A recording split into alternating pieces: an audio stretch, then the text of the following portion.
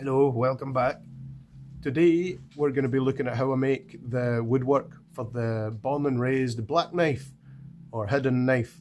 Yeah, I've got the Mad Max set up, I've got the upside down belt sander, and I'm keeping my fingers away from the belt and any moving parts, and I'm grinding down the basic knife shape onto the lasered templates that I made earlier. Yeah, just easy does it. I'm checking it frequently, making sure my work's quite neat and it's all under control. Despite it's speeded up here 8 times, so the job actually took about 20 minutes in reality. And here we are. I think I did 7 of them, just your basic laser templates. Creating a SVG file of my own design.